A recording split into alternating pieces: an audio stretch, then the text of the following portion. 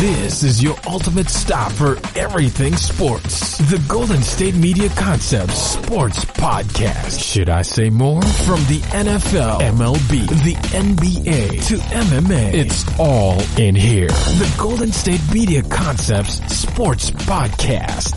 Listen now.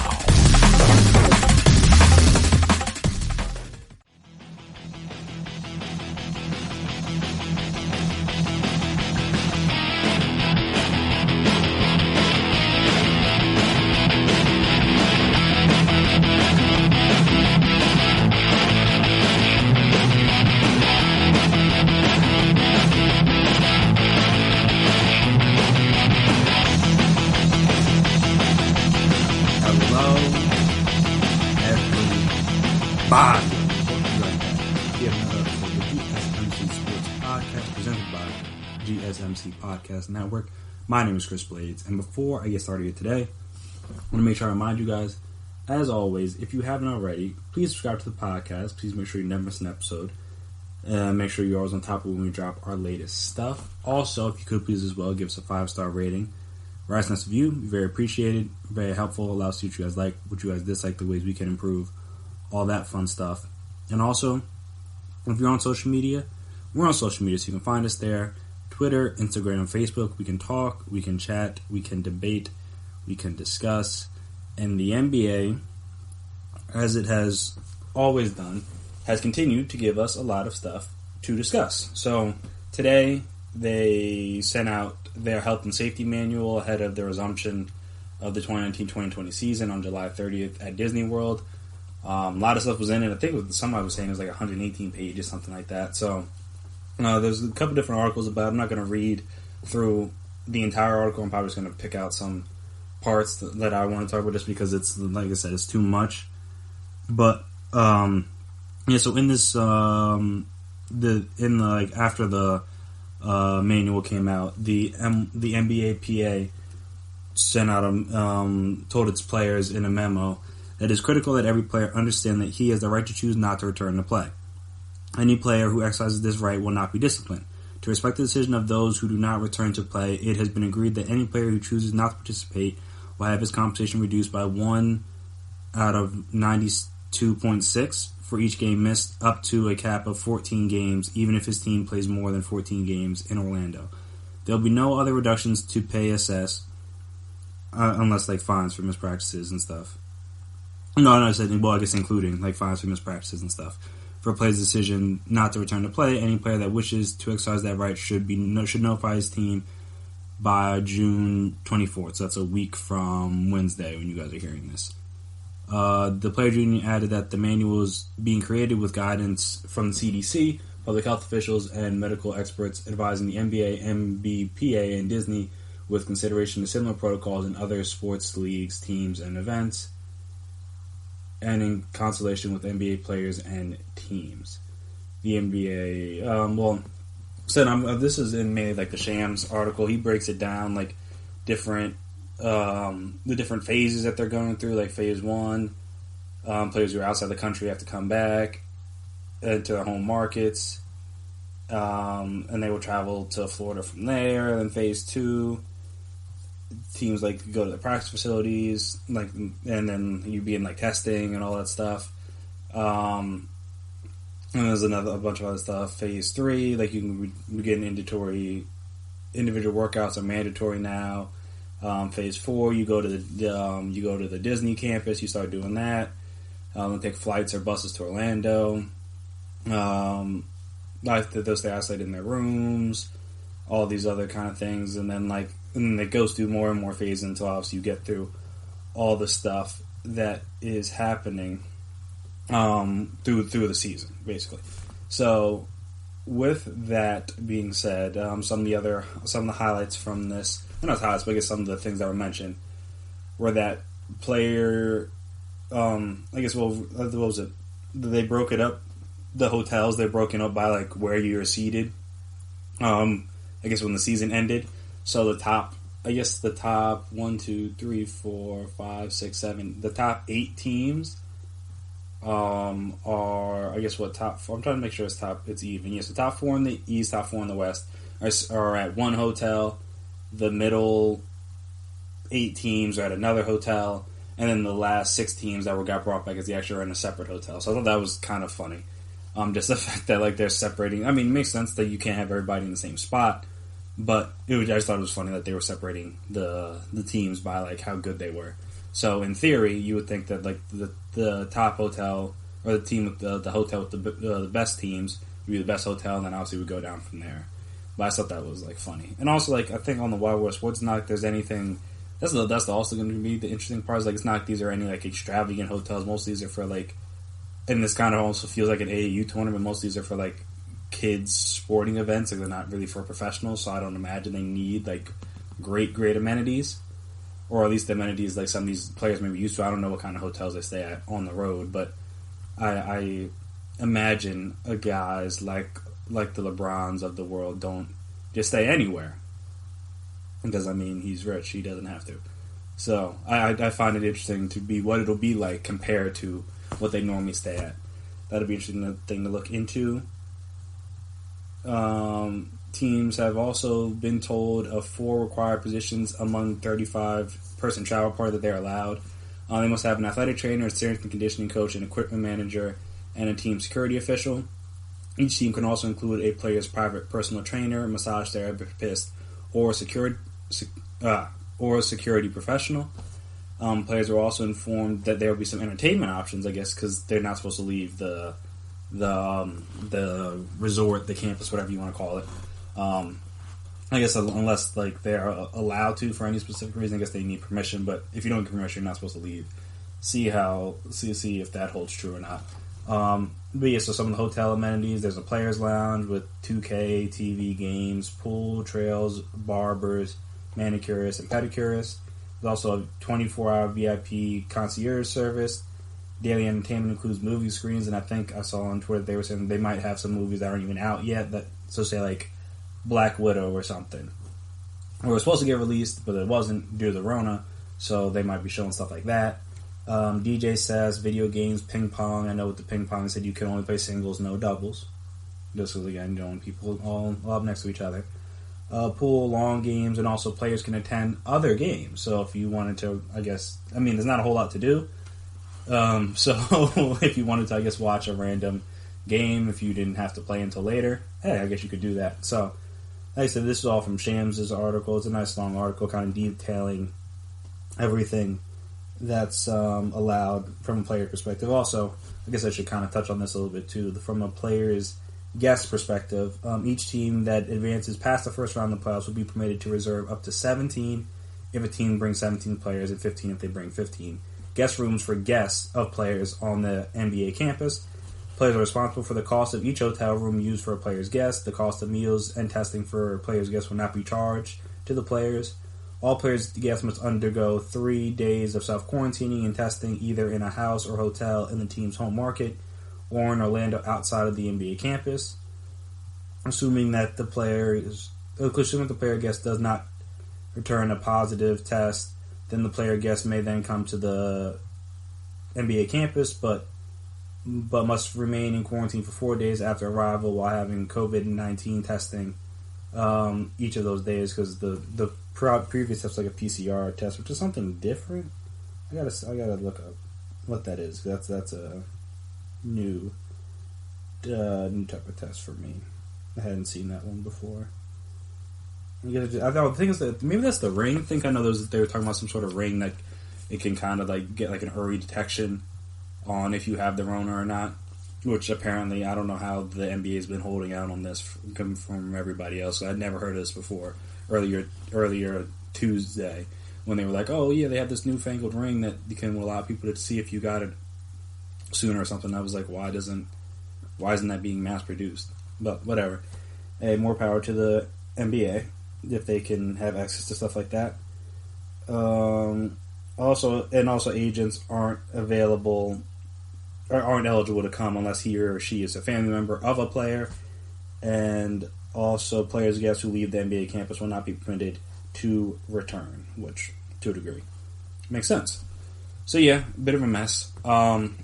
Also, I just wanted to go back to the earlier point about players not having to come. It is nice that they're not really going to take that much money from them if they choose not to come. Again, it made sense that you're going to lose out on money because the owner we're going to pay you not to be there, not to play games, stuff like that. But at least they're not losing out on that much money, and at least it seems like they won't have that many like ramifications if they choose not to play, because obviously that was a big talking point throughout last week, just about whether people should return or shouldn't return due to like the COVID or the social climate, all the different things that are going on in this country at the moment. I mean, aside from the fact that Florida is reaching new heights in new heights in positive cases like literally every day now. So that's a completely separate point that they're going to have to think about in a couple weeks, because if it doesn't get any better, I don't see how you can justify restarting the league down there when the state is in such an uptick when it comes to the cases. But like I said, we'll get to that when we get to that. So just going back through Shams' timeline to discuss some other things that he tweeted about.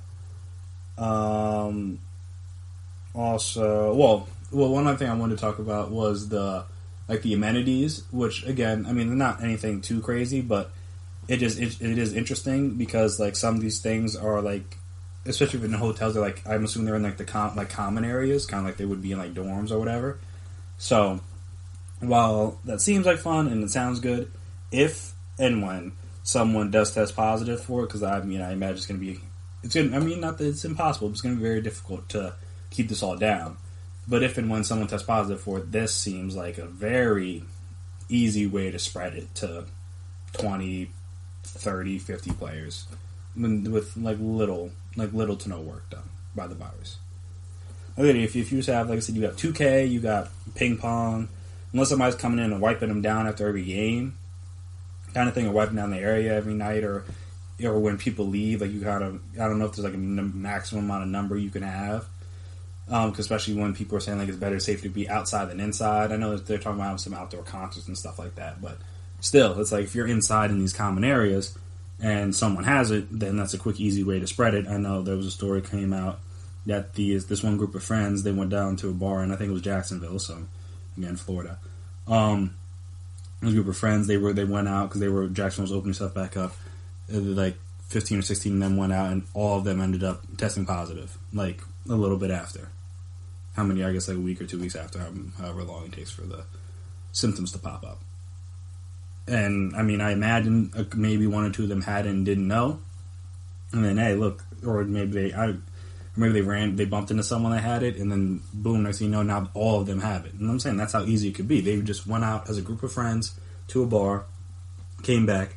Now every last one of them has the Rona, and that's the kind of situation here where the bubble sounds good in theory, but also it's an easy way to keep the virus trapped if someone within the bubble has it and doesn't know about it immediately. Also, if you go to Shams' Twitter page, the schedule for these players, it literally looks like an AAU schedule. Well, or just like a very strict, like the I mean, not that they don't have schedules like normally, but just like the way it's mapped out is like kind of funny. Also, a couple other things.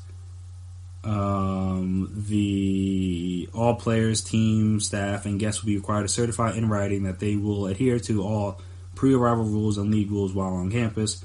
I'm assuming another one of those like waiver things. And failure to comply with protocols subjects a player to potential discipline, such as a warning, fine, suspension, or removal from the campus. And to go along with that, supposedly they are creating an anonymous hotline to report potential violations of protocols, which is hilarious.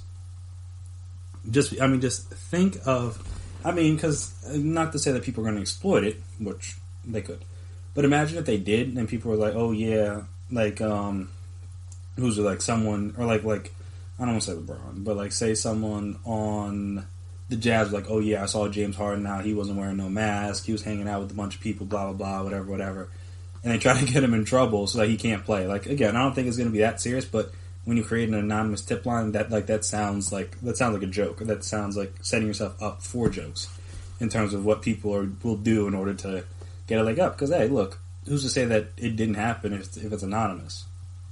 I'm saying that sounds like a mess. Some of their things that they're talking about implementing seem like things that you would just be like, hey, like what if they had this or what if they had that, like on like your Twitter timeline randomly, or like you're just saying that because you're saying it, then like they're actually putting it in place. So it's all, like I said, kind of a mess. And also for their protocol for positive testing, which is the most important, enter immediate isolation in a separate location, quote unquote isolation housing. Retest to confirm positive, exit isolation after consecutive negative tests, and return to activities. So, again, doesn't sound like a positive test is going to slow things down, which, I mean, we'll see. I mean, you can say that now. You can say that, hey, we're going to do this if this happens. But until it happens, you really don't know what you're going to do. So this sounds good now, and like you need to have a plan in place now. But again, until you have one person test positive and potentially more people test positive, you can't really say what is and isn't going to happen, and what is or isn't going to be shut down from this. But yeah, so like I said, you can read his article. It's on The Athletic. If you have it, if you don't, that is unfortunate. You should get it. There's a lot of good content on there, but not like not to give them free promo or anything, but. Yeah, just like I said, that's his article. I imagine there's other articles out there if you wanted to look through it somewhere, read through all their protocols and stuff somewhere else, or look through the different phases, things like that. But if you have The Athletic, it'd be nice and easy and convenient to read Sham's article on there. So, that's that with that. But after this break, we're going to come back and we're going to discuss how people are still trying to disparage the name of Kyrie Irving. This time with potentially lies. So we'll talk about those lies. Talk about, I guess, how the lies got out. But also, like, what this idea was that he supposedly did or didn't have. That I think actually doesn't sound that crazy when you really think about it. So we'll discuss all that right after the break. Stay right there.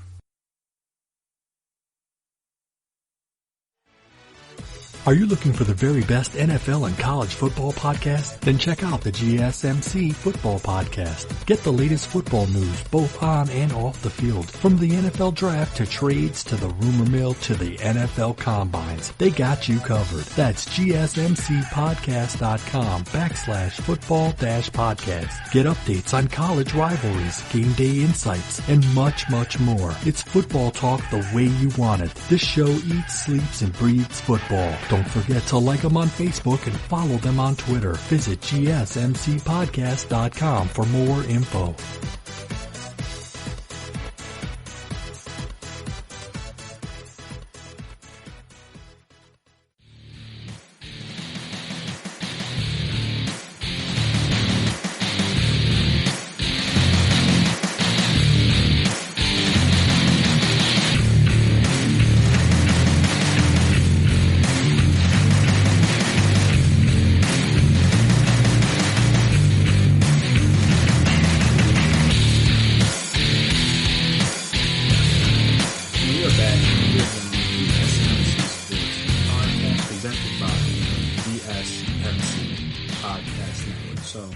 Kyrie Irving. His name has been in the news and will continue to be in the news because of the whole we shouldn't go back and play thing that he supposedly was championing, but also seems like other players feel the same way that Kyrie felt the same thing, like, even though Kyrie was the one to express it. So, I mean, I don't want to get on Kyrie too bad for that, just because, again, it wasn't him alone that was doing that.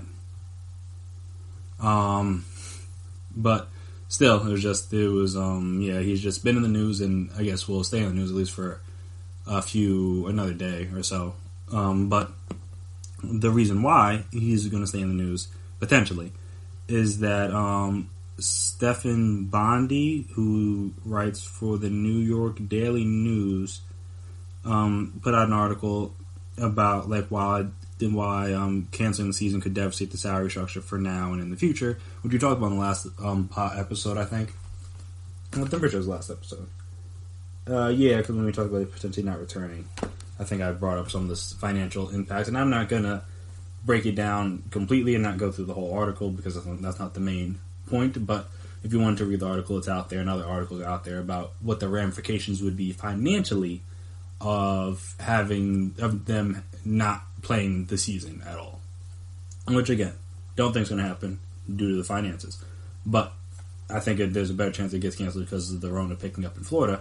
But that's, again, we'll cross that bridge when we get there. But in a follow-up tweet to that article, he said that in a recent group chat with Nets players, Kyrie Irving lobbied for skipping the bubble, the Daily News has learned. In that chat, he also proposed that the players can start their own league according to a source. And that sent Twitter into an uproar just because everyone's like, oh, look at Kyrie, he's going crazy again. How could you say that? That doesn't make any sense. Why is he still talking? He's an idiot. Blah, blah, blah. Whatever. Now, me, I don't agree with literally any of that. I'm going to say literally any, because that flat earth thing I don't know what Kyrie was doing. But I still kind of feel like that was some sort of an elaborate troll, which, is unfortunate because now people think he's stupid. But, unfortunately, that's just what happened. When you say crazy things, people just assume that whatever you say from then on is crazy. But, like I said, we'll get back to the point of starting their own league in a second.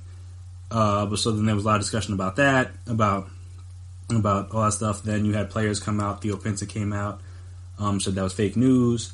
Karras said on Instagram, I think he commented on, I think it was a Bleacher Report post about his comments, saying that was big cap. Well, he just said it was cap, but I'm saying it was big cap. And then I think another guy, Chris Chinoza, don't know if I'm pronouncing his last name right, but another player from the Nets, are all said that he didn't say that, which then would lead or lend credence to the Taylor Rooks tweets about said situation, where she, I don't want to say claimed, because that's not necessarily the right word, but where she said that sources tell her that Kyrie Irving never stated that the Nets should begin their own league in response to the bubble. I'm told that after that report came out, he left the group chat, so apparently he didn't like somebody lying on him. Might be a whole Kim Jong-un thing where something leaks out just to see where the moles are in your camp, and then you find out days later that he's not actually dead, which was kind of crazy. But yeah, just it might have been a similar situation. Don't know. Just speculating. But yeah, so then that came out. Then Stephen Biondi clarified. He said, to be clear, Kyrie Irving has proposed to his teammates they should start their own league, and it's not necessarily in response to the bubble situation. And Taylor Rooks then did follow that up, saying that she can't confirm the first part that Kyrie ever proposed that, but obviously he talked about her, the guy's clarification. And she also, adding to this, so she also said that a number of Nets players, as we just discussed, denied the allegations that Kyrie said that they should start their own league.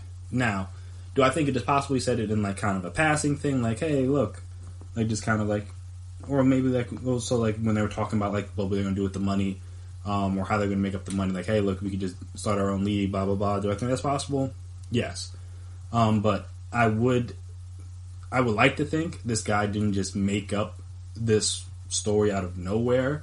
I imagine someone told him something, because I would like to think this guy isn't just claiming to have sources that he doesn't have, though. As I have talked about, I know I've talked about on here that I just finished watching The Wire recently. If you haven't watched The Wire, then you know about this. But if you haven't, then skip ahead at least a minute while I touch on this. But just nice little spoiler alert. But in season 5, as you guys know, the main part of that was McNulty faking the serial killer so they get more money to fund the Marlowe investigation. But the reporter kind of indirectly helped with that, because he started lying about the serial killer calling him, and then they ended up really calling him. It was a whole mess. And even though I still don't understand how the reporters ended up finding the black guy that was trying to tell them that he was lying, end up on desk duty. But that's neither here nor is it there. Just goes to show what people value in certain situations. But yeah, that's neither here nor is it there. Gus, I believe his name was. I've only watched Wire 1, so don't kill me for that. But yeah, so I'm saying, so I'd like to think this guy didn't just make up a source and make up a story. But like I said, the fact that multiple players came out and said this wasn't true, plus Taylor Rooks got a report, she said someone hit her on the side and say it wasn't true. And then now supposedly Kyrie's left the group chat, which again, people making lies about him. I could understand, because it's why would I want to be in a group chat with a bunch of people that are just going to try to disparage my name? Now, I couldn't understand that aspect. But back to this main or semi-main point, which was the idea of the players starting their own league. Now, I understand that on face value, it sounds nuts. But when you really start to dive into it, and again, this is all me speculating because, again, there's no real plan for this, so we don't know how it exactly would work. And it's not something you could do like now. You need time to kind of build this up. Like, I don't imagine.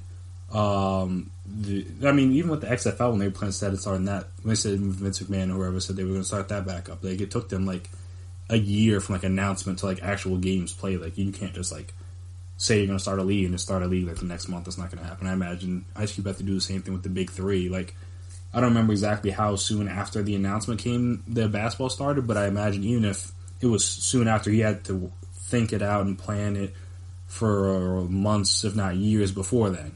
Like, this isn't just like definitely not months, like years before then. This is something you wake up and be like, I'm going to start my own league, and then just go and start your own league. Like, it's not that simple, I would imagine. Again, have never started my own league, haven't run my own league, so don't know, but this is just something I would imagine. But back to the main point. Players are in their own league. If this is like a plan B for like, when I guess in case they don't decide they're not going to go down to Orlando and play, and the owners rip up the CBA, start a new one. All right, as a leveraging tour, as a leveraging play, or just even as just like a legitimate thing. Now that they're all out from under the NBA, going and having the players start their own league makes a whole lot of sense when you think about it. Because at the end of the day, as I've been saying, and I will continue to say, in all sports, college, pro, the players have the power. Whatever the players want, they can get, more or less. And whatever whatever the lead players feel, that's kind of how the league has to feel. As we saw with the Mahomes situation, when he's out there saying Black Lives Matter, and he's out there being a part of the video, you kind of can't ignore that anymore, even if you believe that kneeling would disrespect the flag or whatever, which is, again, never about that. But if you were one of those people that believe that, it's kind of hard for you to believe that now if Mahomes feel this way, because you can't be out here going against your star player.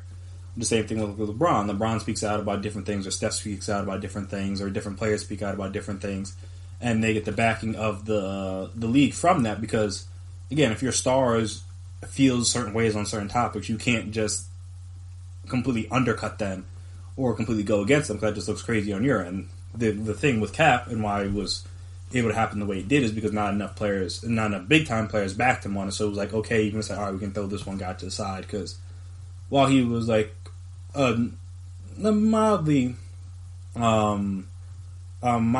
noticeable face, like he's not like the best quarterback in the league. So it was like one of those things where it was like it was easy to just kind of push him to the side, especially when, like, say, you didn't have like the Tom Brady's or the Aaron Rodgers or the Drew Breeses. I think Aaron Rodgers was a little bit more for it, but like the Tom Brady's and the Drew Breeses, like those type of top guys, even Russell Wilson, really just like actively giving him support on his message. I mean, now if it happened, like the guys have the backing of some of the star players, so it works out a little bit differently. But again, my main point was that the players always will have the power, so they can do whatever they want. If all the top NBA players left the NBA and started their own league, the NBA would fold. Because that's what you realize that's when you think about how all these other little leagues, like the new XFL or the AAF or some of these other, or any of these other leagues that try to start up, they don't have the staying power because they don't have the talent. I mean, even when I watched XFL, which I did for most of this, I think I was watching, not every game, but I watched games every week that they was on. It just didn't have the same level of talent that the NFL game generally has, even like a bad NFL game. The talent wasn't the same, and that's what was going to be the issue, is that you can't keep eyes without the talent. And that's the same thing that's happened to all these like supplementary leagues. They just haven't had the talent. But if you take all the most talented players and just make a separate league with them, then that's where the odds are going to go. Because who's going to watch the NBA with no LeBron, no Steph, no James Harden, no Zion, no Giannis, no Kawhi, no Anthony Davis? Like, no, you're going to watch where all those guys are. So if the players start their own thing, that's where everyone would follow. That's where all the TV deals would go. So that's where all the money, all the endorsements would go. Because what's the point of the NBA? Who are they going to get to play? G League guys, like, that's not going to be competitive enough. Then plus there's not enough of them. But it's like the product wouldn't be as good if you take away all the best players. So that's one aspect of it. And also, I guess, in theory, some of the things that, and I think this is probably the reason why, if he did say, which apparently he didn't, but if he did, why the thinking would have been there is because you're seeing now, or maybe people are starting to realize now that, like, in order to get change, like any sort of real change, the people have to be the ones pushing it. Like, all right, so you have, I understand that people want, like, different reforms or different things, but, like, when people are actively out there marching, protesting, rioting, doing all that stuff, the action gets done. Like, the Minneapolis wouldn't decide to rethink their entire, or, like, disband their police department or sever ties with their police department had people, not just in Minneapolis, but all over the world, if they hadn't been marching and protesting and calling their legislators or holding the mayor accountable, stuff like that wouldn't happen. Now, granted, look down in Louisville, Breonna Taylor's killers, they're on the loose. Or not on the loose, but, like, stuff have been arrested and charged and stuff, which is absurd. But, no, we'll get to that. Save that for another podcast. But, yeah, but, like, when you see, even now, like, the president's, like, police reform bill was very shaky. Or executive order was very shaky. But, like, the president had to say something or put out something, even though, again, it was useless. But he had to do something. Like, the House had to put out a police reform bill, even though the Senate's not going to pass it. But, like, they have to do, like, people have to do something. You have to, you force governors, you force mayors, you force senators, representatives, you force them to have to say or do something, because now you understand the people are mad, and also the people hold all the power because they can just vote you out if they don't like what you did. So I'm saying, with that being said, if the players decided, hey, look, we're going to take our talents to something else that's going to be completely owned by us, it will allow for us to get more percentage of the money, allow for more black front office, more black owners, more black front office people, more black coaches, and also more money going directly into the black community, because that's where I think Avery Bradley, when he was talking when he was speaking on behalf of the Players Coalition, I think he wrote something, or they wrote something to the NBA just saying, like, all right, because, you know, the NFL, they donated, I feel it was $250 million over, like, the 10 years to different social justice reforms. I forget exactly which ones they were. But, like, all right, you say, as the NBA, you stand with us, you stand with our fight, but, like, what are you going to do monetarily to support it? Like, you can have our back, cool, but, like, what funds or initiatives are you going to give money towards? What things are you going to try to set up? What things are you going to try to do to help show that you're really with this cause and really with this fight? And I think that's a very fair point. But if you had your own league, then you could be the facilitator of all that stuff. You wouldn't have to go to the league and be like, hey, we need you, we want you to do something, we want you to do this, we want you to donate here, we want you to help promote this, you want to help send money to this for this program, this initiative, stuff like that. You wouldn't need to do that, because now you have all the money going to the players, and they can directly give it to the causes that they see fit. So again, since it's not going to happen, but just in theory, when you break it down, you really think about it, it doesn't sound that crazy. Is it crazy? Yes, because everyone knows the NBA. You don't know no NBA would be kind of crazy, but when you think about it, like, why players should or would want to do this, that aspect of it is not crazy at all to me. Like, it makes total sense. Like, I would too if I was a player. Like, hey, look, we have all the power, we have all the control. You see now what needs to be. If we want real change, we have to do it ourselves. That's what people are realizing now. Like, the people are realizing that around the country. Like, if we want change, we have to be the cause of it. We have to be what sparks it. We have to lead the conversation about it. We can't expect someone else to do it for us. We have to be the ones to do it. And this would give the players to be able to do that kind of stuff. They took all the power that these owners had over them, gave it all to themselves. Now, all this money situation, it would be, I mean, not that people would be making, like, would jump up massively in salary, but then, you know, some of these lower level players could be making more money if, like I said, you don't have to go through owners to then get your pay. Or if it's not, the revenue's not split like 50-50 between the owners and the players. If it's all 100% going towards the players, well, we're not 100%, but, like, 80, 70, whatever the percentage would be going towards the players. Now they have more money. Now they can do more things with that money to help the betterment of their people. So again, just all theories, all throwing it out there. But when you really think about it, I don't think the idea of a player-driven league is as crazy in practice as it is like in theory. Because in theory, you hear it and you're just like, that's stupid. That makes no sense. But you think about it like, hey, look, what if the owners are like, we're going to rip the CBA and we're going to have to negotiate completely, and you see what's going on with the MLB. Like, their negotiations aren't in good faith at all. There's no guarantee the owners would negotiate in good faith. So if that happens, here's a plan that we could have in place for when that happens. That's all I think it would be. Again, I don't think they're going to just randomly just all up and leave the NBA.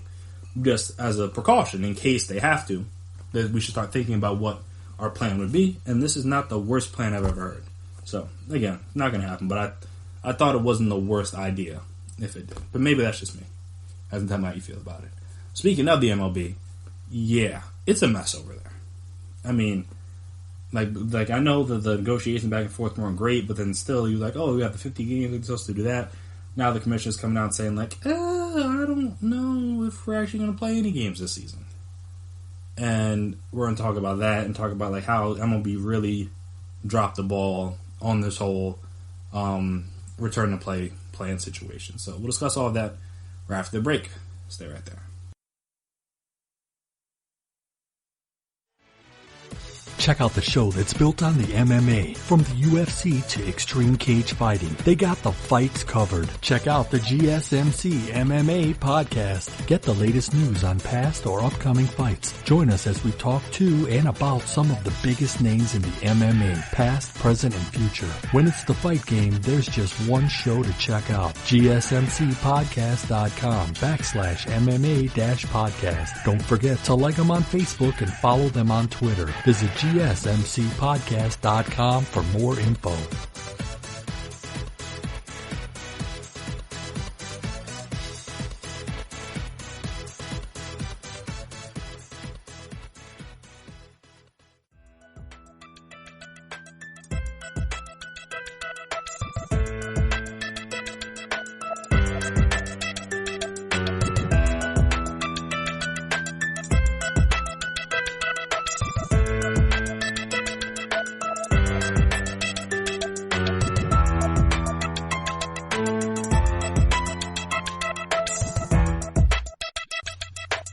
We are back here again on the GSMC Sports Podcast presented by GSMC Podcast Network. So, there's many articles about this, about how, again, baseball has literally dropped the ball and all of this.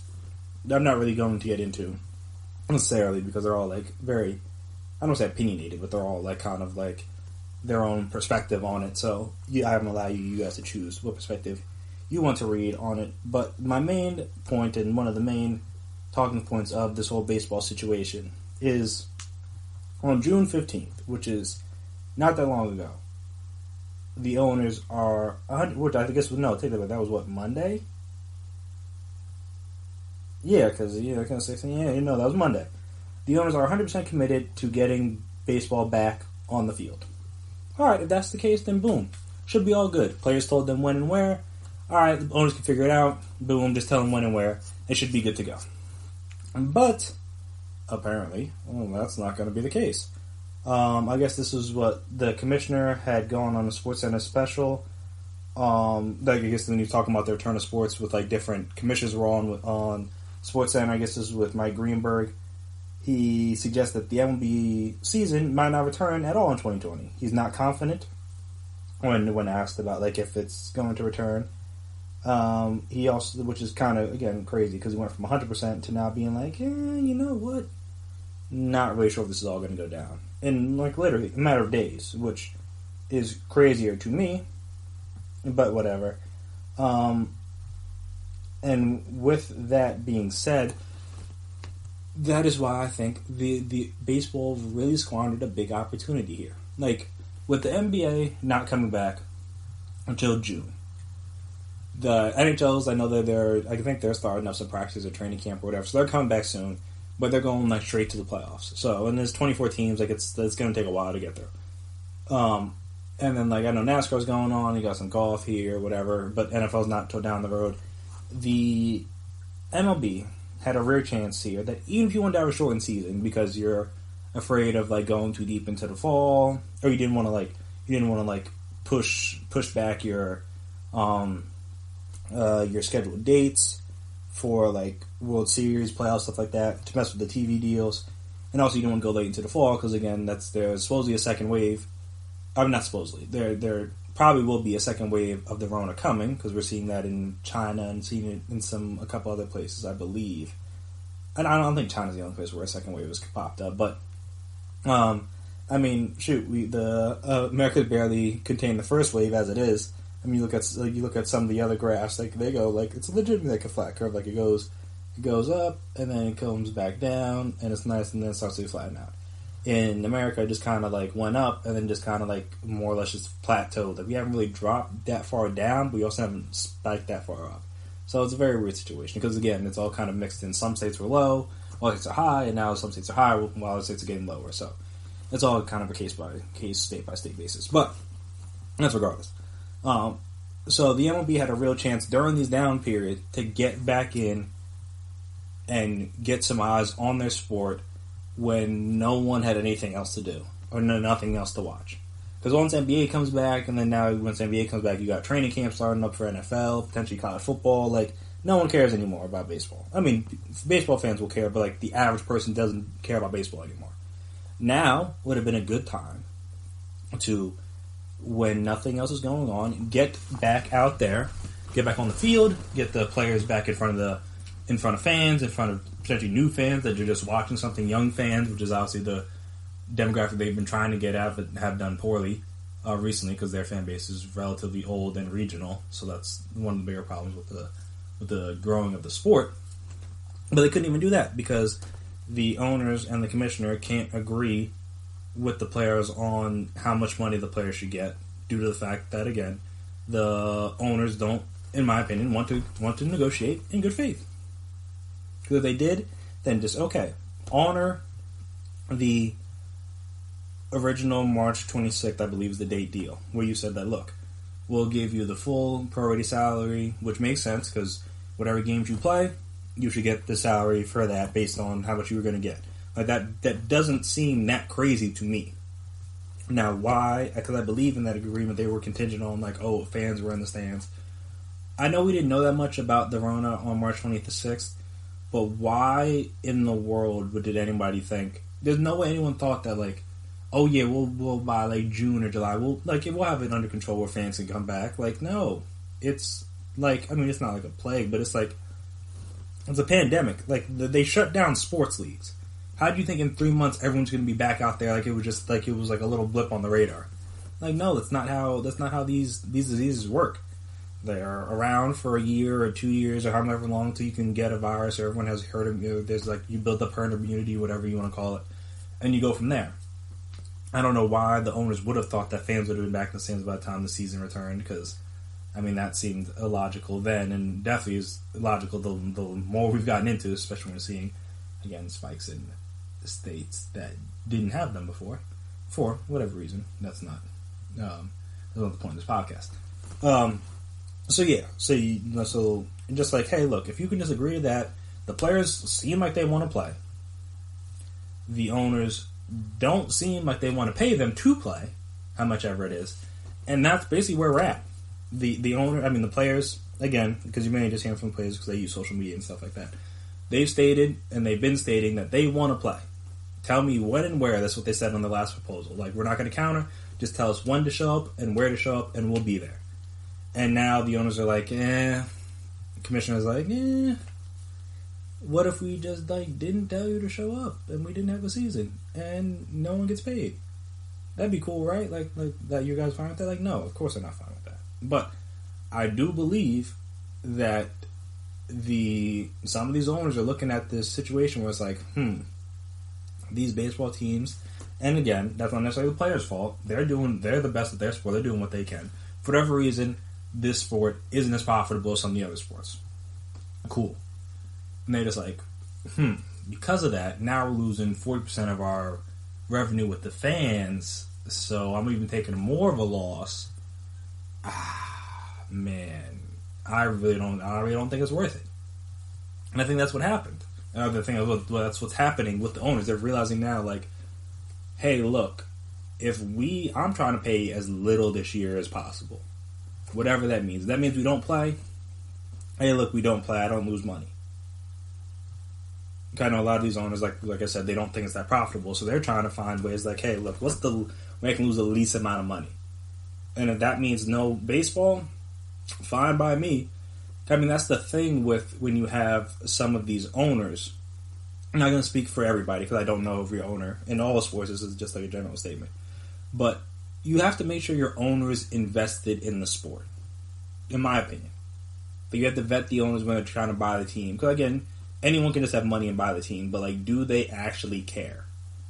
Because then that'll determine potentially the success of the team, and also that'll determine how much they'll be willing to negotiate in situations like this. So there's a bunch of just guys with like a lot of money. I could care less about baseball. They're just like, hey, look, I can own a sports team. That's kind of cool. And when it comes down to this, they're like, hey, look, if we don't have baseball this year, I could care less. And not said that wouldn't happen in the NBA or wouldn't happen in the NFL, but I know with those sports, they're a lot more popular around. So like owners like of those teams, like you see Mark Cuban. I mean, maybe it's just a Dallas thing. You see Mark Cuban, he sits like right with the players. He's on the court high-fiving guys. Like he's really into it. Steve Ballmer's like really into it. I mean, Jerry Jones is into it. I mean, he does press conferences after every game. He does radio hits during the week. Like he cares about the team and what happens. I mean, he's like really the only owner like that, at least in the NFL. But like you can see, owners are down there. They're in the locker rooms. They're dancing with guys in playoff games after big wins. They're down on the field during playoff games and stuff like that. Well, when they go into the Super Bowl, you kind of have to be. But, like, they're down. You can see, like, the joy when they win it big. Not just like, hey, look, we won it. Like, that's cool. I can say I won it. But like, they seem to, like, genuinely care for the fan base and, like, for the team that they won it. Same thing happened with the Nationals when they won. Like, it seemed like those guys were, like, really happy to be able to bring a championship to Washington. Like, that was a really cool thing. Same thing. I don't know about hockey owners too much like that. I don't know that many hockey owners. But, I'm just saying, owners in general, you should be interested in the sport that you're owning the team for. Because when you don't, this is how this happens, where you get a situation where you're negotiating, but you're like, really, if we don't play, I could care less. And that's not how it should be. You shouldn't have one side that is actively trying to come back to play as long as they get their fair share. Because again, it's not the players aren't going to play for free, which they shouldn't be expected to, but they're not going to play for free, and that's reasonable. But it doesn't seem like the owners are just trying to see, like, how can we get this season back for as little money as possible. That's basically where they're at. You know, I'm saying that should not have been the basis for the negotiation. It should have just been like, look, how can we figure out enough games where it's safe, especially when baseball, like, outside of, like, the catcher and the umpire and the batter, everyone else is spread out. And I guess, well, the pitcher, because he's got to throw the ball and stuff. Everyone else is spread out. No one's near each other. It seems like it'd be the easiest sport to socially distance while actively playing it as well. And then, like I said, on the field, you have the umpires wear masks like they do in the KBO. Like no high fives, different things like that when they come off, or maybe just high five with the gloves on, stuff like that. I don't know exactly how it would work. But then, like I'm saying, it seems like it'd be easiest to socially distance in that sport than any other sport. And yet, they're the ones where they can't get back on the field. And I'm just like, how does that happen? Especially when, like, it looks crazy when you're the commissioner and you're like, a couple days ago, you're like, yeah, no, we'll be back 100%, like, we'll figure this out. And then a couple days later, you're like, actually, yeah, we might not. And I'm just like, how do you do the complete 180 like that fast? It just looks bad on your part. And and this is like, outside of the Astros thing, which many people say he botched, and then the subsequent Red Sox thing, which people didn't care at that point, but like he may or may not have botched, depending on your opinion. And then now we got this unsealed letter that the people are trying to open up about Yankees potentially stealing signs and see how he handles that. Like, this was Manfred's case, time to make his case as like a good commissioner. I mean, this wasn't like the alley-oop that Adam Silver got with the Donald Stern situation. That was very simple. Yeah, you just get him out. Like that wasn't even that hard. And even some of the other things that Goodell's done poorly over his time with the domestic abuse and like I said, the kneeling and the anthem. Well, not the anthem, but the kneeling and the protesting. Like Goodell's had his hits and misses, but at least the owners back him. Now, not only did Manfred have the chance to like get this back together, maybe potentially grow the sport because nothing else was on. You could be the main focus for at least a month or so. And now that he not do that, like I said, players can't stand him because he's on the owner's side. I don't know how much the owners like him, and I'm saying like he just his big test. Cause this is what you come like. You've been groomed. You're supposed to be in this position for a reason, and it comes time to see what the reason is. And in many people's eyes, you're botching it. Like I said, like how do you get here? And this is only beginning. Imagine when they start negotiating for the next CBA and then the players go on strike next year. Like if they don't play this year, there's a chance they're not going to play baseball for 2 seasons. Legitimate chance. I mean, it's not like the strike would be that shocking. It happened in what, 94? That wasn't that long ago. 26 years. Like, what's the thing it's not going to happen again? Especially with this already happening, where the players and owners are already on opposite sides of the fence and they can't stand each other. Why would you think it couldn't happen again? So I'm saying that the commissioner and baseball really had a chance to like be at the forefront of like the return to play thing, and now they're the only sport with like no plan in place at all. Every other sport has like figured something out. They have like some sort of plan. I mean, obviously the NFL doesn't have like the health and protocol plan in place, but they're talking about like they're setting up their training camp, setting up different rules, talking about shortening the preseason and stuff like that. Like everyone else has some sort of plan, and the MLB is the only one that can't seem to figure it out. And this is unfortunate for everyone. Again, I'm not a big baseball guy, so it's not like I'm like really like, oh my god, I need baseball. But it's just saying, like, just for a sports fan in general, it's just unfortunate for like a league and its players to not be able to come to some sort of agreement. Even if it is like that, and I think probably what will end up happening is like he'll say that, and then like a couple weeks he'll be like, oh yeah, so the 50 games, like that'll work. And I'm just like, you could have just done that now, but whatever. And I think that's probably what's going to happen. I wouldn't be shocked at this point, but I'd be like kind of shocked. The owners are just like, yeah, no, we don't want any baseball. Like that seems a little too much for me. I don't know what you do with that TV money, because they're going to want their money or their money back or something. I don't know how that's going to work.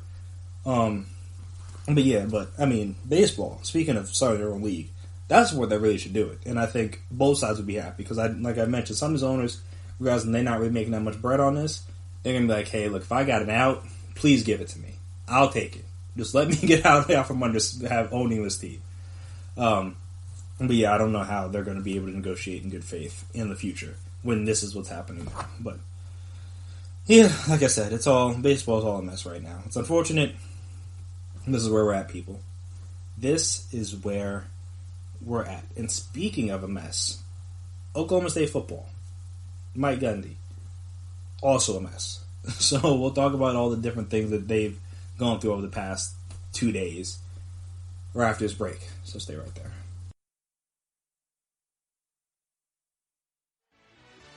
Are you looking for help for your fantasy football team? Check out the GSMC Fantasy Football Podcast. Get today's best advice on who to start, who to sit, even who you should draft. From sleeper picks to red hot lineups, they got it all covered for you. That's GSMCpodcast.com/fantasy-football-podcast. We'll cover traditional leagues, dynasty, PPR, even IDP leagues. When you need fantasy help, there's just one show to hit up. Don't forget to like them on Facebook and follow them on Twitter. Visit GSMCpodcast.com for more info.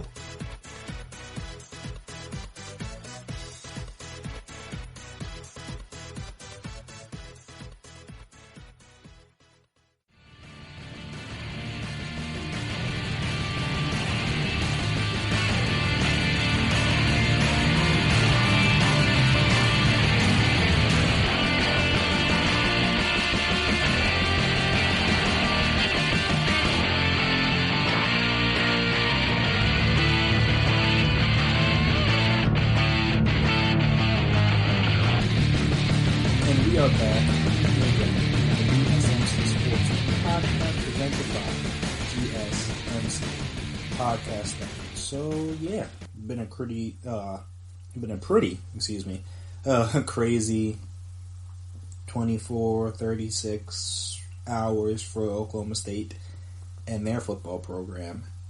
All because Mike Gundy decided to wear a shirt he apparently knew very little about. But yeah, so, I mean, I imagine you guys have heard of this, but if you haven't, there's a little backstory for you. So, I guess this is sometime on Monday. Don't know the exact time, but on Monday. Hubbard, actually, you know what? Screw it. I'll find the tweet.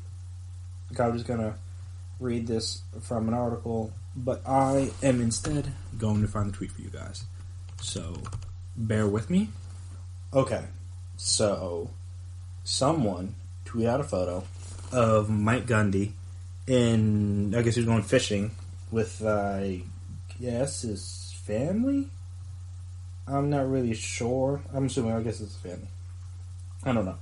But he tweeted out he was out fishing in Lake Texoma, donning an OAN t-shirt. Now, if you don't know what OAN is, don't necessarily blame you, because I didn't really know too much about it, but it stands for One American News, and it's like a far-right television news network often cited by the president and some of his supporters. So we'll get into more of that in a second. But so someone sees that photo and everyone's like kind of like, I don't want to say canceling, but kind of just like, yo, what's up with that? Like, how can you support that? Blah, blah, blah, blah, blah, blah. Then Chuba Hubbard, Heisman candidate, star running back, arguably best offensive player on their team, Chuba Hubbard, tweets out, I will not stand for this. This is completely insensitive to everything going on in society, and it's unacceptable. I will not be doing anything with Oklahoma State until things change. Capitalize the change. Tweet went viral. I mean, the original tweet was already going viral. And then Chuba Hubbard's tweet went viral. And, yeah.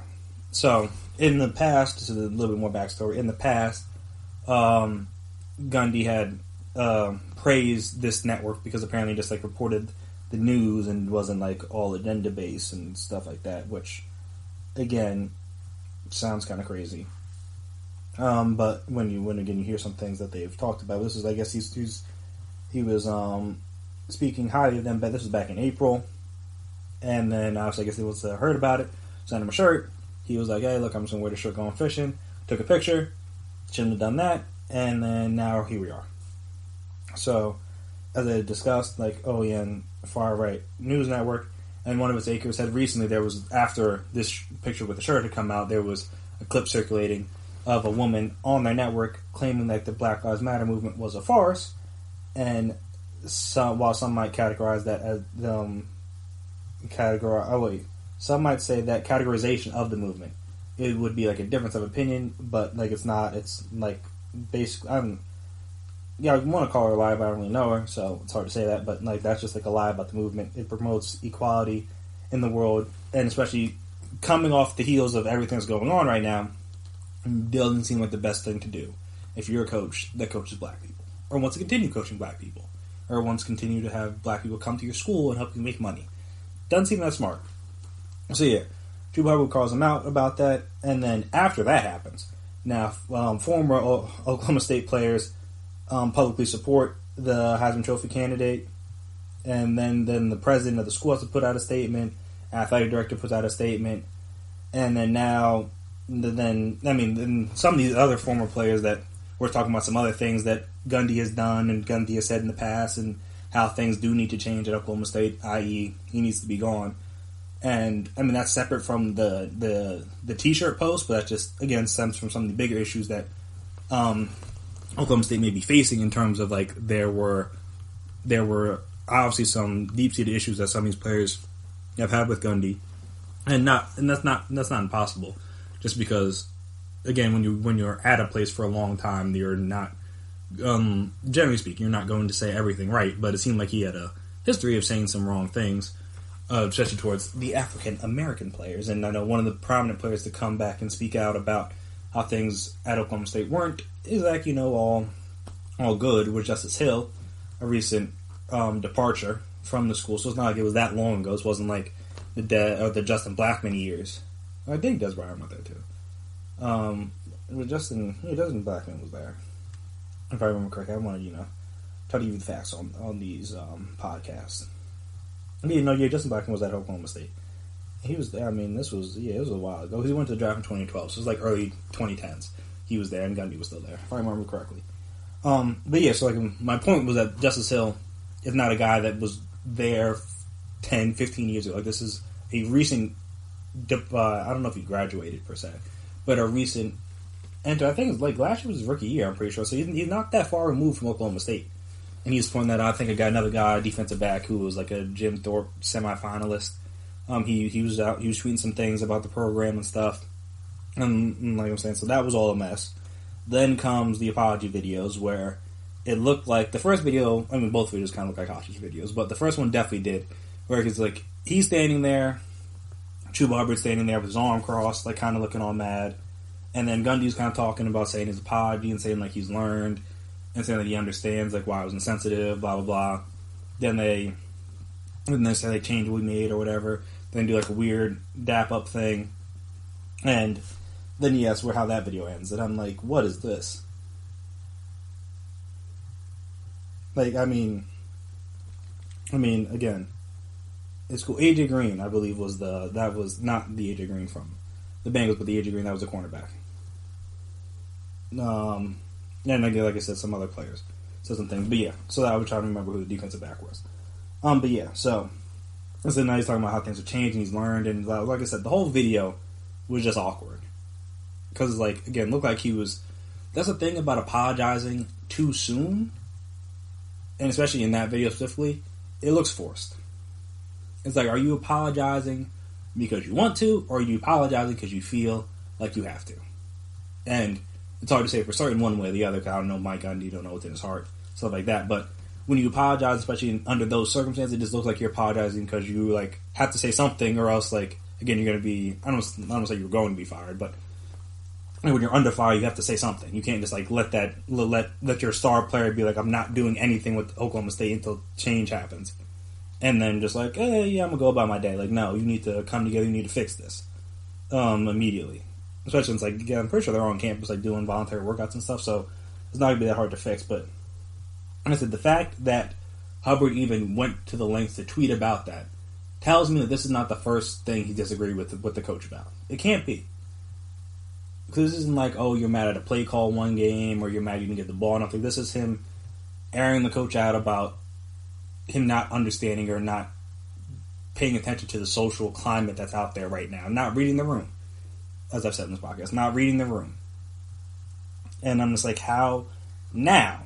When, like, again, almost everybody's aware of what's going on now and what you should and shouldn't be saying, shouldn't be supporting. How now you still are out there wearing a shirt that from that kind of network in public again when you're in an industry with a lot of African American players that you need in order for you to be successful is nuts. But that's what I'm saying. So that whole video seemed kind of weird. There's an interesting article on ESPN about all that stuff. Well, just talking about the video and then like his apology and stuff thing. And Hubbard talked about how he's going to continue to hold Gundy accountable and all that other stuff. And again, talking more with the team to change. But I'm just like, hey, again, you kind of gotta wait to see how that change comes about. Because that sounds good now when you say it in an apology, but like, are you actually going to change? Are you going to change your behaviors? Are you not going to wear those kind of shirts anymore? You're not going to support those kind of networks anymore? Yeah, we'll see. And then after that, so I guess this was Tuesday, because this all happened like Monday, if I remember correctly. Yeah, this was on Monday. And Tuesday, Mike Gundy put out another video with just him, because, again, people realized that first video was nuts. But then they put out another video with just him, and he was talking. But look, he was reading from a teleprompter. So, again, are you apologizing because you had to, or are you apologizing because you want to? That is a very big difference. So that other apology, that was also kind of weird and kind of funny in hindsight. And then the funniest thing, I don't know about funny, but the to me, funniest thing about it is that he doesn't address like any of the other issues. Like, the majority of it's just about like the Black Lives Matter and like the shirt and the network. Which, again, that's great that you are now acknowledging that you were wrong in those areas. But what about the players who, I know one former wide receiver linebacker put it out in a now deleted tweet. I was called a hood rat and a thug on multiple occasions, being threatened to be sent back home, all because of wearing a do-rag and sleeveless shirt. And Greenwood, the LC Greenwood is the player, and he entered the transfer portal in late January. So I'm saying when you have stuff like that, and like I said, you have Justice Hill and AJ Green and other guys talking out about the program and how some things needs to be changed within it. He didn't address any of those things. And I'm like, I just thought that was funny because, again, while it's good that you're realizing your mistake on that end, you have a whole separate set of allegations that you could very well become under fire for that aren't just this. I understand you got to get out in front of this. That's what's going on. That's the public thing. But like I said, there's also other issues within your program that apparently you need to adjust that aren't just about a shirt or aren't just about the movement. Like, how you don't mention those at all is kind of funny. But, hey, like I've said, athletes and players of all ages are realizing now the power they hold.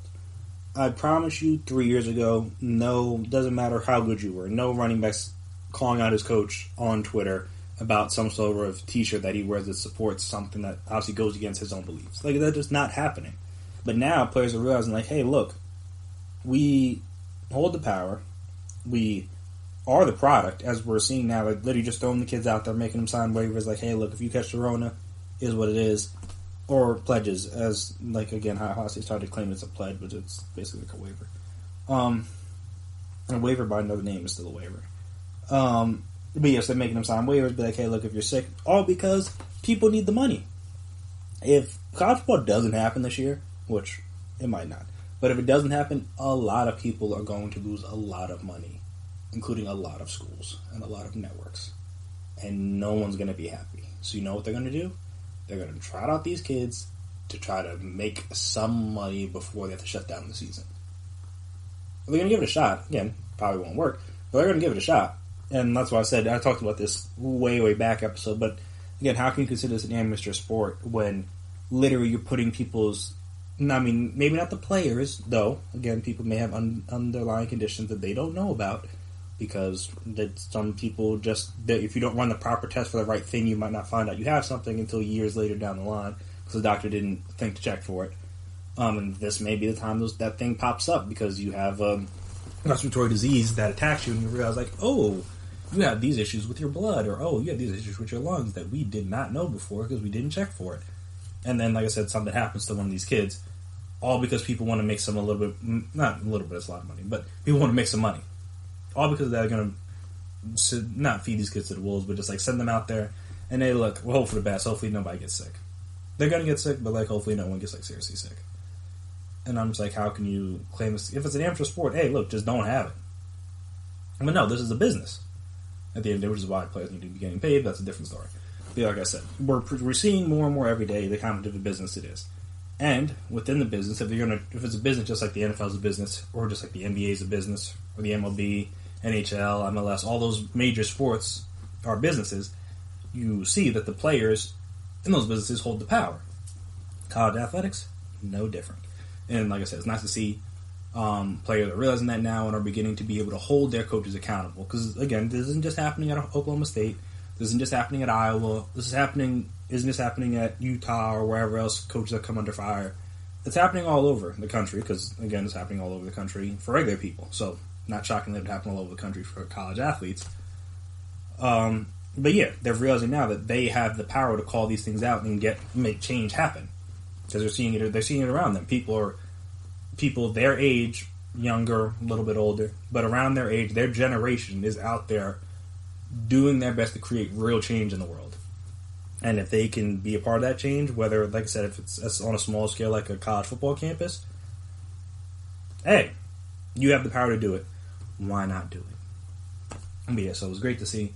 Like I said, it's great to see players realizing their power, but again, Mike Gundy, you may have bigger issues than just wearing the shirt if some of these other statements and allegations and changes that people claim that needs to be made within the program do actually end up being made. Because, I mean, this isn't the first. I mean, Mike Gundy said some other controversial things, even just this year, let alone before that. But, like I said, now players feeling bold to talk out about it. So that could be a problem for college coaches everywhere. But we'll see which coach comes up, or which college this pops up on next. So again, this isn't the last time we're going to hear something about this. It might just be the last time for today.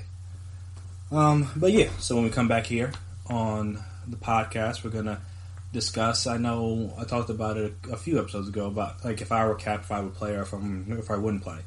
But if I'm Kaep and I do want to play,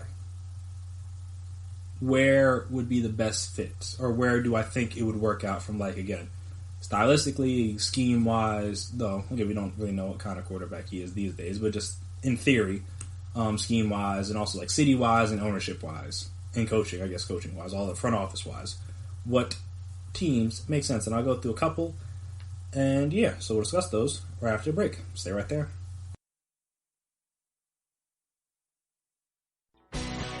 Are you looking to get your college football fix? Looking to get the latest news on your favorite school's team? The GSMC College Football Podcast is your ticket to all things college football. Join us as we talk college football from the national championship, the college rivalries, the bowl game, to the Heisman Trophy. To which conference is the best? We've got you covered for the Big Ten, SEC, Big 12, the Pac-12, ACC, and everything in between. Download the GSMC College Football Podcast on iTunes, Stitcher, SoundCloud, Google Play, or anywhere you find podcasts. Just type GSMC in the search bar.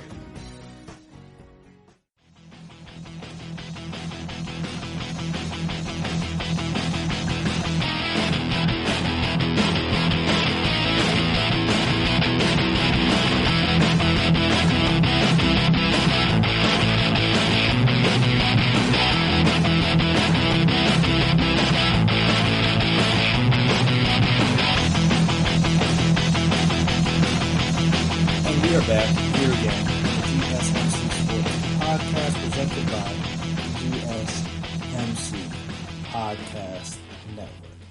So, Kaep, like I said, I'm not sure he wants to sign. I'm not sure even if he will sign to a team. I mean, obviously you have Goodell talking about like, oh, it'd be great if a team signed him, which I mean, I think it's just basically a precursor to like a team's going to sign him, so they try to, like, soften up the public, so it's not like a surprise, or he's just talking about like how like it'll be fine if you do it kind of thing. I guess that people are still kind of afraid. They're like, oh, about the backlash of signing Kaep, and Goodell's just trying to get out in front of him and be like, hey, look, if you do it, it's all good. I mean, granted, kind of has to say that now because he's okay with protesting, and he's all like the whole Black Lives Matter movement, so you kind of can't not be okay with signing Kaep if you support the movement he was protesting for, or if you support people protesting for the cause that he was protesting for 4 years ago, even if you were against it then. If you're for it now, you kind of have to be able to let him back in the league. That sounds kind of crazy. But yeah, again, whether he wants to or doesn't want to is a completely separate point.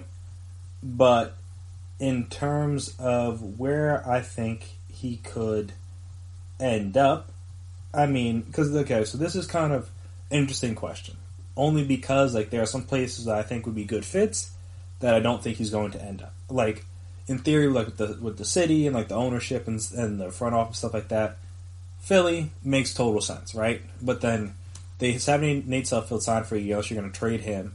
That doesn't make any sense. And then you just drafted Jalen Hurts in the second round to presumably do some sort of, I mean, obviously to be the backup for years down the line, but also like do some sort of things within the offense that, again, old Kaep could do. Maybe not. We'll see what Kaep looks like now, but you're going to utilize him in a way so that he can be helpful to the team this year beyond being a third quarterback. So having him on the roster doesn't really make a whole lot of sense because you're not going to carry 4 quarterbacks, and you're not going to sign him just for preseason and then cut him because I would think, in theory, at least, I mean, obviously, he went to a Super Bowl. I'm not sure Nate Sudfeld will ever do that.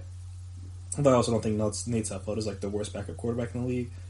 So there's that. But again, just because they have enough quarterbacks already, like that doesn't make sense. But I mean, they also said they want to be a quarterback factory. So hey, I mean, you can never have too many quarterbacks. So maybe they will. Who knows? So you got there. That again makes sense. Though just don't know if it'll happen. Patriots, another one that makes sense. Just don't know because Belichick could like basically do whatever he wants.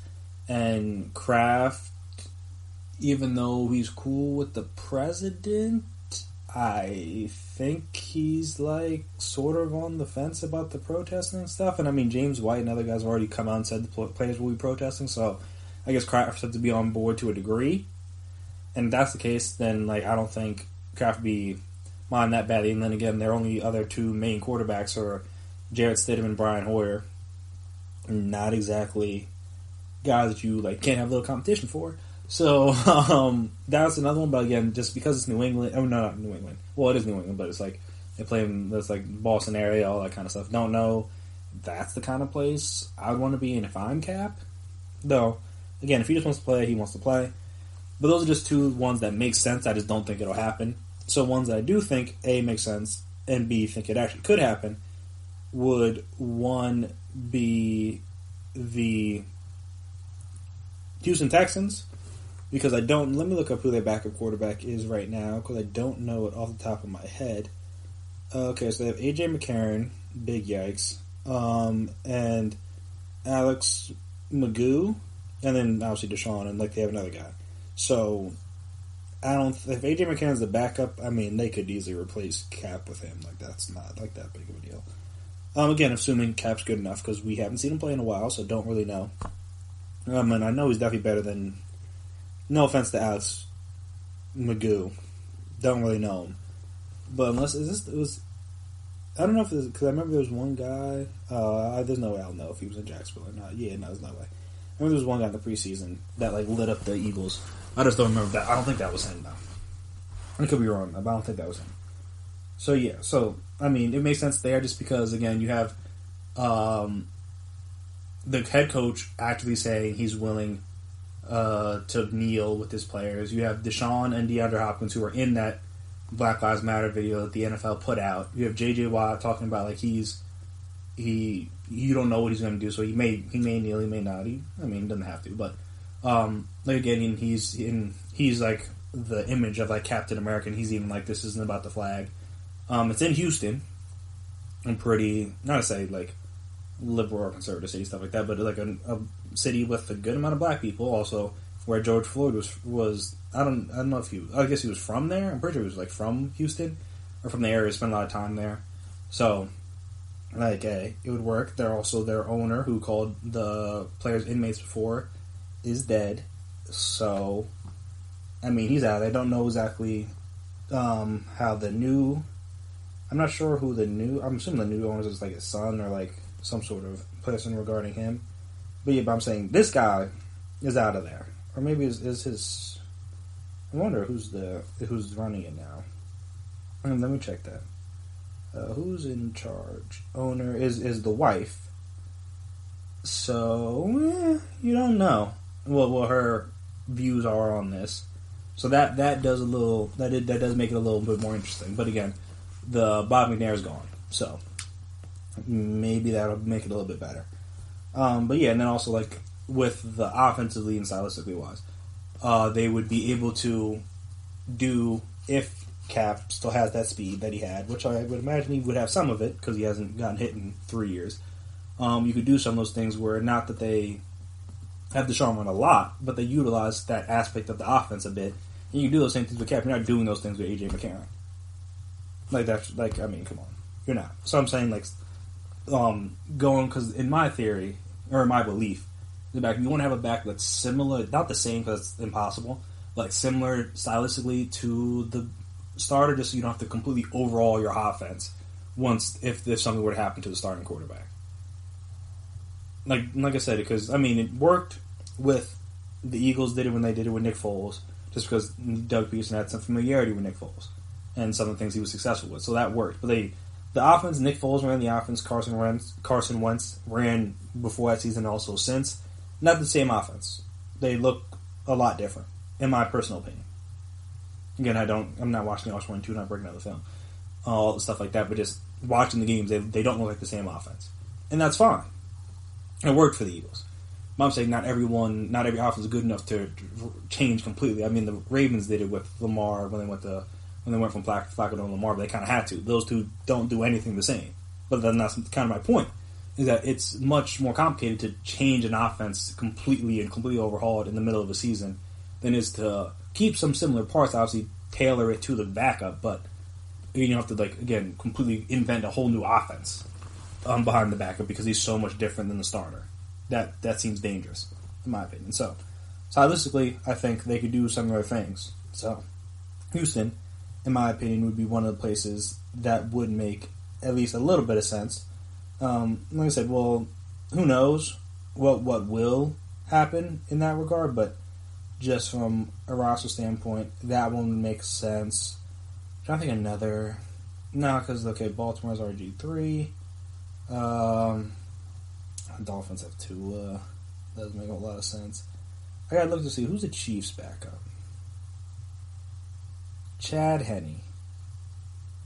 Then they also have Shea Patterson and Jordan Tiamu, the guy from, I think he's from Ole Miss, but he was. That's funny.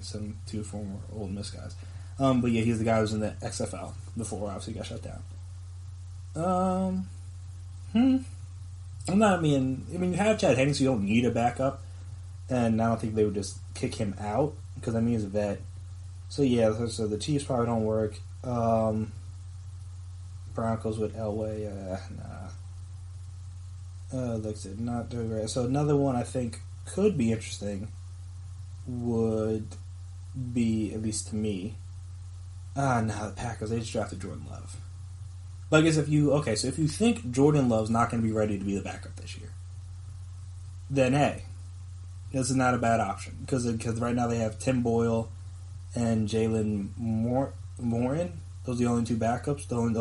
Not the only two backups. Those are the only two other quarterbacks on the roster outside of A-Rod and Jordan Love. And like I said, if you don't think Jordan Love, then it's believable that you wouldn't be because you haven't really had any time to work with him one-on-one with like the Rona and everything going on. So if that's the case and you truly believe that, then it could make some sense to bring in a vet to be the backup, or at least be the third quarterback, because even Tim Boyle, who's been in the league a couple years, is only 25, so if we don't have a veteran backup, not that you need one with a veteran quarterback, but again, if you don't think Jordan Love's going to be ready, that gives him some leeway in case he's not. At least, even though Kaep will have not played in a few years, he'll have experience. And again, it's Wisconsin. You don't really know exactly how they feel about the whole kneeling and stuff. But I know A-Rod. I keep calling him A-Rod. Aaron Rodgers doesn't really care that much. He's in support of the movement, so you got the backing there. That helps, in my opinion. And then, like I said, you give you some more leeway with Jordan Love in case he doesn't look that great in the preseason. You don't have to risk putting him in as the backup in case something happens to Aaron Rodgers. So again, that's another one that one's a little bit more dicey than Houston, to my opinion, but it's another one. Could work. And then I'm trying to think. Let me see if I can get you guys one more here. Who's the Panthers backup? Will Grier. They got PJ. So they only got 3 quarterbacks on the roster now. Like I said, Will Grier and PJ Walker. Good in the XFL. Don't know if it'd be any good in the NFL. But also, I don't think this new front office and coaching staff and stuff like that is tied to Will Grier because he was drafted by the last regime. So who knows how they feel about him. So I'm saying, there's another team that could use a 4th quarterback. And they think Matt Rule was openly being like, hey, if you guys want to protest, you guys can, it's cool. They have a new owner, like a different kind of owner. Maybe David Tepper, I believe his name is. I don't think he would be as anti. Well, no one really can be anymore, but I don't think he would have that big of an issue with things like that.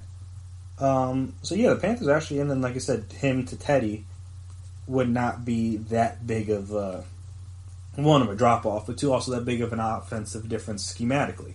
I don't think. Again, obviously, Kaep was more of a runner. Don't know what it'll be like now. But that's another. The Panthers might be a good option. And plus in Carolina, it's in the South, but not too much in the South. I don't think you would get that much backlash there from the fan base, stuff like that. They had Cam Newton for all those years. He was out there dabbing and doing all the dances and stuff like that. People loved him. Other people hated him. But Panthers fans, more or less, seemed to enjoy him until obviously then all the injuries and all that stuff piled up and that was foolishness. But whatever.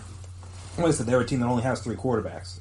And I think just from like a new coach, new front office, new ownership, new regime there, I think that could be a place where And I mean, Eric Reed was there for some years. I don't know if he's still... Is Eric Reed still there? Let me check on this. Oh, is Eric Reed a free agent? He might be a free agent. But yes, I know Eric Reed was there, so I mean, he could talk up or talk down his experience there. If he went to, okay, he's a free agent currently, but he was with the Panthers before. So, like I said, he was there. They didn't have any issues with bringing him along, even though he wasn't Kaep, but he was out right there with him, supporting him. So, like I said, another one that could work. So there's some options out there at least. I think Houston probably makes the most sense, but again, who knows if they'll even do it. They have AJ McCarron. Maybe Bill, good old Bob, B.O.B., Bill O'Brien likes AJ McCarron. I mean, obviously likes him enough to have him on the roster, but like I said, I would take Kaep over AJ McCarron if I could. Like I said, and then you got the Packers and Panthers, assuming you're not going the Eagles, because while that makes sense, I don't know if they're going to carry 4 quarterbacks, because like I said, I don't know you're not cutting one of them, but then I don't know if you're also trading Sudfeld. Don't know if that will work. And then with the Packers, again, you kind of could use an older, more experienced guy in case something happens to Aaron Rodgers. You're not throwing the rookie out there in his first season before he's ready. So this is a couple, again. You guys are I'll be more than happy to hear some of your suggestions as well. If you have some place that you think Kaep would be a good fit for, love to discuss that with you guys. But after this next break, we're going to come back here and we're going to discuss how I think injuries, I'm mainly going to talk about football, but this could apply for all the sports that I might up. Injuries are going to be an even bigger factor this season specifically than I don't want to say they've ever been, but definitely more than they will have been potentially in recent years, at least. I'll say that far. I'll go that far with it. So we'll discuss why I feel like that right after the break. Stay right there. Check out the show built around the women of MMA. From the UFC, Invicta FC, Bellator, and One Championship. We got the fights covered. It's the Golden State Media Concepts Women's MMA Podcast. The latest news of upcoming fights, discussions of previous matches. Join us as we talk to and about the biggest names in women's mixed martial arts. Past, present, and future. When it's the women's fight game, you know where to listen to. The Golden State Media Concepts Women's MMA Podcast.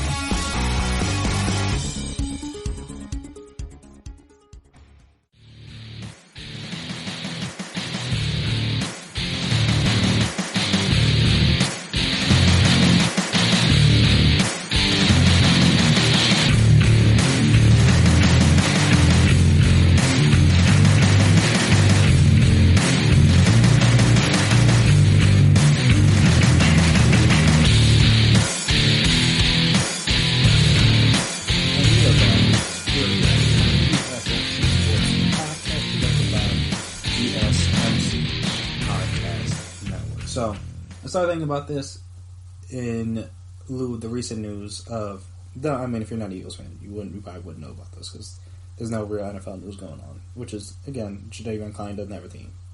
Crazy to me. But whatever. Brandon Brooks, Pro Bowl, all-pro caliber guard, arguably one of the best right guards, or arguably the best right guard, not just say one of, he already is one of. Arguably the best right guard in the league. Like I said, Brandon Brooks tore his Achilles. Now, he had already torn his Achilles like he did against the Saints 2 years ago in the playoff game. Came back from that, had a Pro Bowl season this past year, ended up getting hurt. So it's a shoulder situation. So he was working out at the practice facility, doing some sprints or whatever, and he tore his other Achilles, which is definitely unfortunate. So it sounds like he'll be out for the entire season. Big blow to the Eagles offense. Clearly. Big blow to offensive line, big blow to everything. Now they have to figure that out, who they're going to replace him with. Do they sign a veteran guard? Do they go with some of the young guys they have? Another drafted offensive lineman, Jack Driscoll. Well, they drafted 2 offensive linemen, but like Jack Driscoll from Auburn supposedly could slide into guard. They had Matt Pryor play there in the playoff game. There's a couple of free agents, Kyle Long, Larry Warford, some other guys. I don't know all the free agents out there. But that wasn't my point. My point was, with this injury, it got me thinking, like, is this something we're going to see more of once the league starts back up. And I know, because I think it was Kurt Schilling when he was talking about the pitchers and stuff, like how pitchers aren't going to be ready to just jump back in and throw game speed level hard, after not throwing for so. I mean, they're throwing, but they're not throwing in a game setting. After assuming they do come back, and how again, if you don't know already, the amount of stress put on the elbow and the shoulder is different. The different ligaments in the arm from pitching is basically unnatural. Again, softball is the way arms are supposed to go. Pitching is a lot much different style, and then thus it causes a lot more damage to the arm. So he was talking about that. But I would just, again, so those kind of things just got me thinking about how much injuries are going to play a part in these seasons whenever they do start up. And I may have touched on this a little bit in previous pods, but obviously I'm going to go but Dem's going to do a more deep dive here. But yeah, it's just one of those things where it's these guys, especially in the NFL, they've been training on their own, but they haven't had any sort of real workouts, any training camp. Then the training camp's coming up in July, but they haven't had any sort of workouts, any sort of OTAs, mini camps, none of that stuff at all this offseason. And now, again, they're supposed to be working out on their own, doing their own thing, which they probably are. And again, that's how Brooks got hurt. He was doing his own thing. So again, it's not this could have honestly happened in a mini camp, and it would have been just as devastating. But it's okay. Unfortunately, injuries are what happens. But this year, and again, I'm saying mainly football, but this could be applied to all the sports when they restart up. Injuries are going to be a bigger deal than maybe they have been in recent years. Obviously, injuries in a certain position can cripple the team, severely hurt their chances of being successful. But I think this year, potentially, with all these, like I said, with shortened training camps, or not really shortened training camps, but kind of having a long time off from doing real team organized stuff, to having to ramp back up to get ready for a season pretty soon. And same thing with basketball, same thing with baseball, hockey, MLS, all these sports when they start back up, WNBA. These players will not have been doing nothing, but just not doing their normal routine how they would have been had the season been going on, or had their normal off-season workouts been going on. So now they get back, and they got to kind of ramp their body back up to be in that mode. Because again, working out on your own is one thing, but usually you have more time to kind of get yourself back together. When stuff starts back up, obviously they're going to have a couple weeks, but they kind of, from those couple weeks, they kind of got to be ready to go. And you worry, how good of shape were these guys in on their downtime? Because again, you hope everyone's doing the right thing, you can keep track of them, stuff like that. But it's how much work did these guys really put in on their own? And these guys are all professionals, so you expect them to do the work. But if they don't, and they come back in out of shape or not ready to go, it's going to be an issue. Because on top of the fact that you need to, they need to do everything, especially football with these training camps. They haven't had time to get the rookies up to speed. You haven't had time to get new trade acquisitions, new free agents, new people coming back from injury the previous year. Get them back in the mix with the team in a team setting, and maybe they've been able to work out guys here and there. But in terms of the whole team, get them back out there at 11 on 11, hitting guys, doing everything. They haven't been able to do that at all. And granted, you don't hit during the off season. These really in shorts and stuff. But again, you haven't even been able to do that. You haven't been able to do 7-on-7 work. You haven't been able to do one-on-ones, different things that, again, help build that chemistry between all the different players.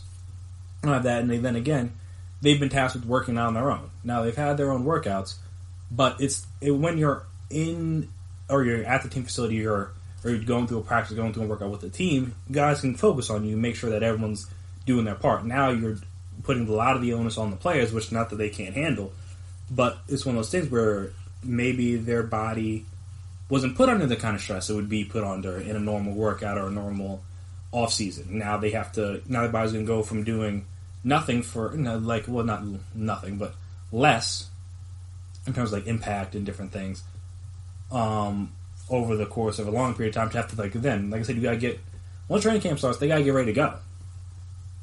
And their body will have just been doing normal gym workouts, normal off-season type stuff, but they haven't had to do these football type workouts in terms of like the one-on-ones and like again you're going through drills, but you know what you're doing, you know where you're supposed to go. On football, there's a lot of read and react involved, and they haven't had to read and react by the time training camp starts. And over for any of these guys, it's been 7, 8, 9 months. And I'm saying the same thing with the basketball players. They've all right. Maybe they've been working on their own offense, but they haven't had to try to run up and down the floor, defend guys, jump to block shots, make sure you land clean, stuff like that. Like you're curious to see how these injuries are going to impact them. And then also just how these teams are going to fare through those injuries. Because, again, injuries are part of all sports. They happen. It is what it is. But especially in baseball, I mean, not baseball, baseball too, but in football, we have a lot of these injuries. Like season end, you see a lot of ACL tears. You see a lot of Achilles tears. These aren't like hamstring pulls or like, well, I mean, they have those too, but it's not like, or sprained ankles or stuff like that you may see in the NBA where most of the injuries aren't like that long term. You might have a few here and there, but a lot of the injuries aren't that long term. I mean, you already have a lot of guys when you get to training camp that have tearing ACLs, tearing Achilles, tearing MCLs, different things, and they're done for the year. And I'm saying, what happens now if that happens at an even higher rate? No guarantee that it will. But what happens now if that does? How do teams plan and prepare for that kind of stuff? And it's just, like I said, just going to be an interesting thing to see how teams will fare through these injuries once these sports leagues start back up. Because that may be as much of a test of like how much talent you have, your camaraderie, all that fun stuff. It'll be like how well has your team been able to manage or mitigate injuries?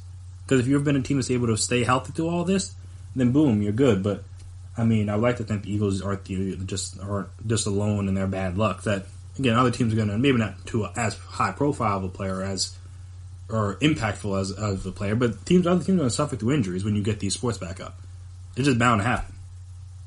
So I'm saying, how are teams going to be able to manage? Because that, like I said, that may be almost just as important as how good your coach is, how good your players are, how good your scheme is, all that stuff. Like how well you handle injuries may be just as important. And then again, mainly from the NFL perspective, also how good are these coaches at getting their rookies up to speed? Because they haven't had their own typical offseason, especially with a lot of, and not just rookie players, but also there's a lot of, like we mentioned, a lot of rookie head coaches, I think like 5 or 6 this year. Or at least not even just rookie head coaches, but coaches in new spots, I should say. Not rookie, but coaches with new teams that they may have head coached or wherever, other place, but they're not coaching those same guys that they were coaching before. Now you're coaching a whole new crop of guys, and you kind of got to get them adjusted to what you like to do, how you like to practice, how you like to prepare for games, how you run your walkthroughs, how you do the travel to the game, stuff like that. Like again, your offense, your defense, the calls, the adjustments, the audibles, different things like that. They haven't been able to do that. I mean, you can give them the playbook and have them run through stuff and work with them in meetings and stuff, but it's not the same as being out there on the field.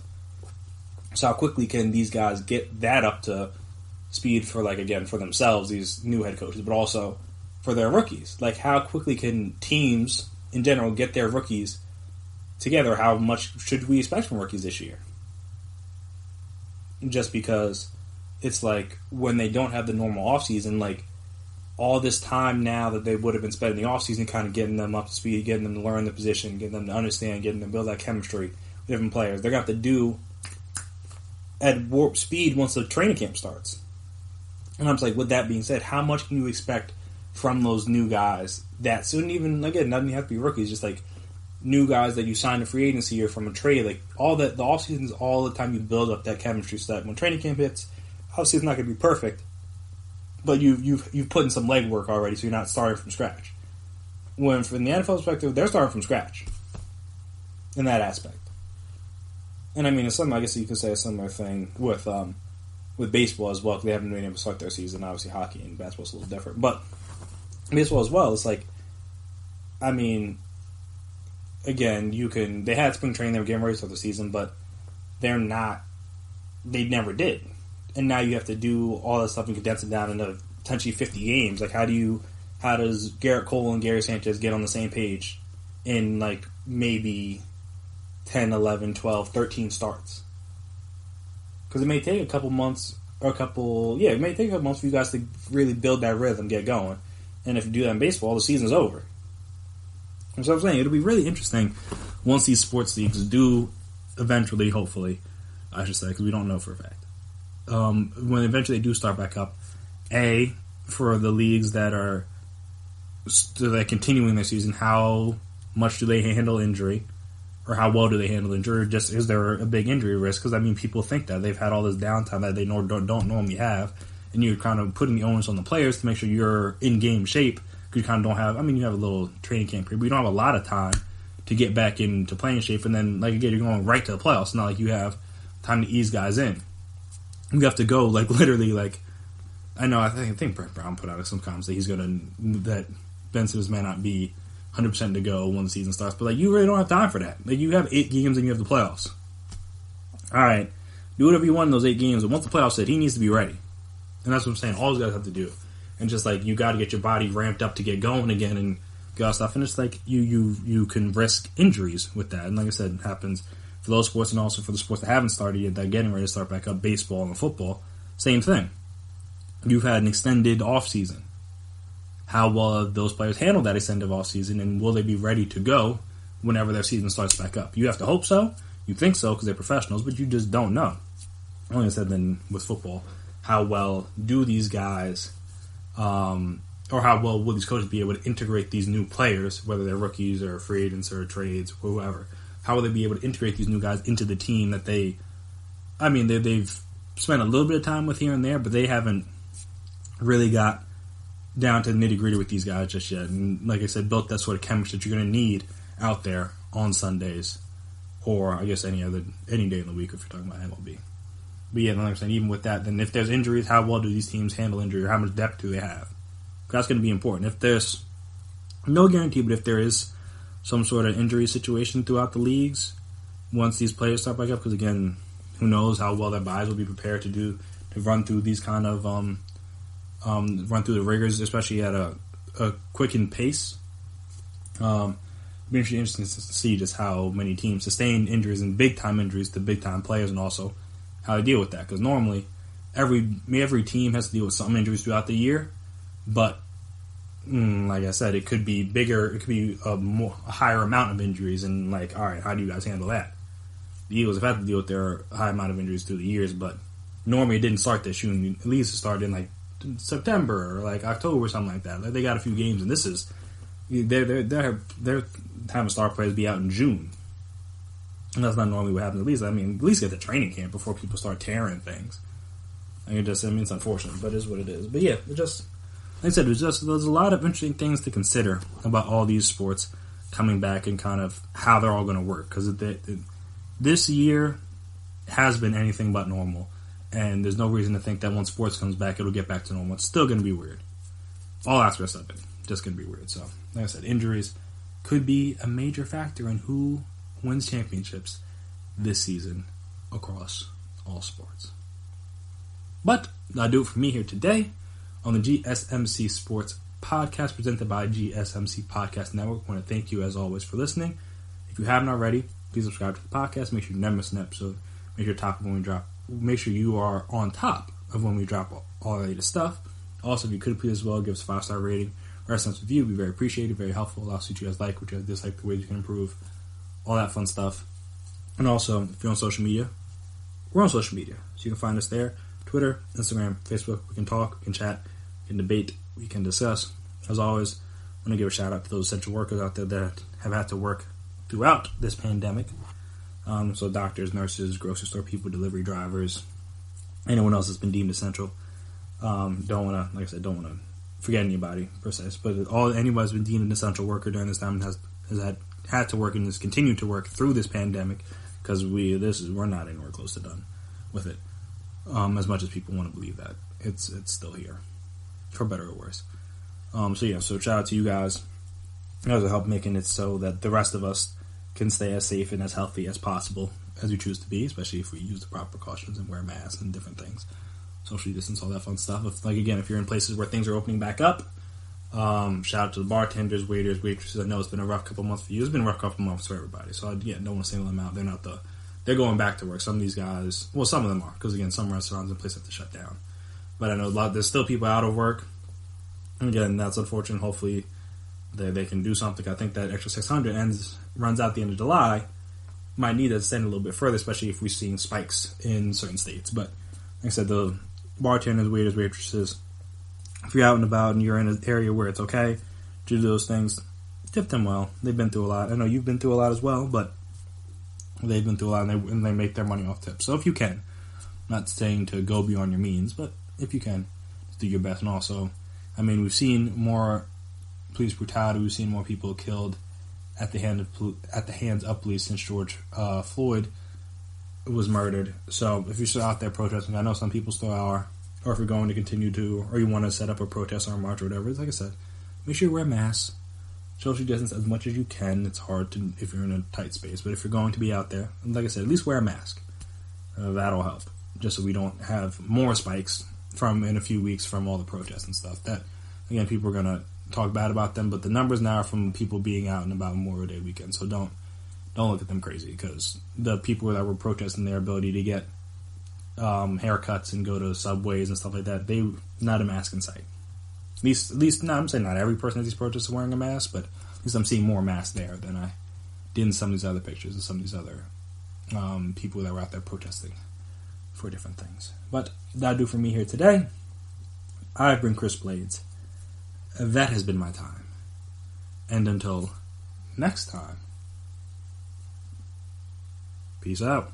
You've been listening to the Golden State Media Concepts Sports Podcast, part of the Golden State Media Concepts Podcast Network. You can find this show and others like it at www.gsmcpodcast.com. Download our podcast on iTunes, Stitcher, SoundCloud, and Google Play. Just type in GSMC to find all the shows from the Golden State Media Concepts Podcast Network, from movies to music, from sports to entertainment, and even weird news. You can also follow us on Twitter and on Facebook. Thank you, and we hope you have enjoyed today's program.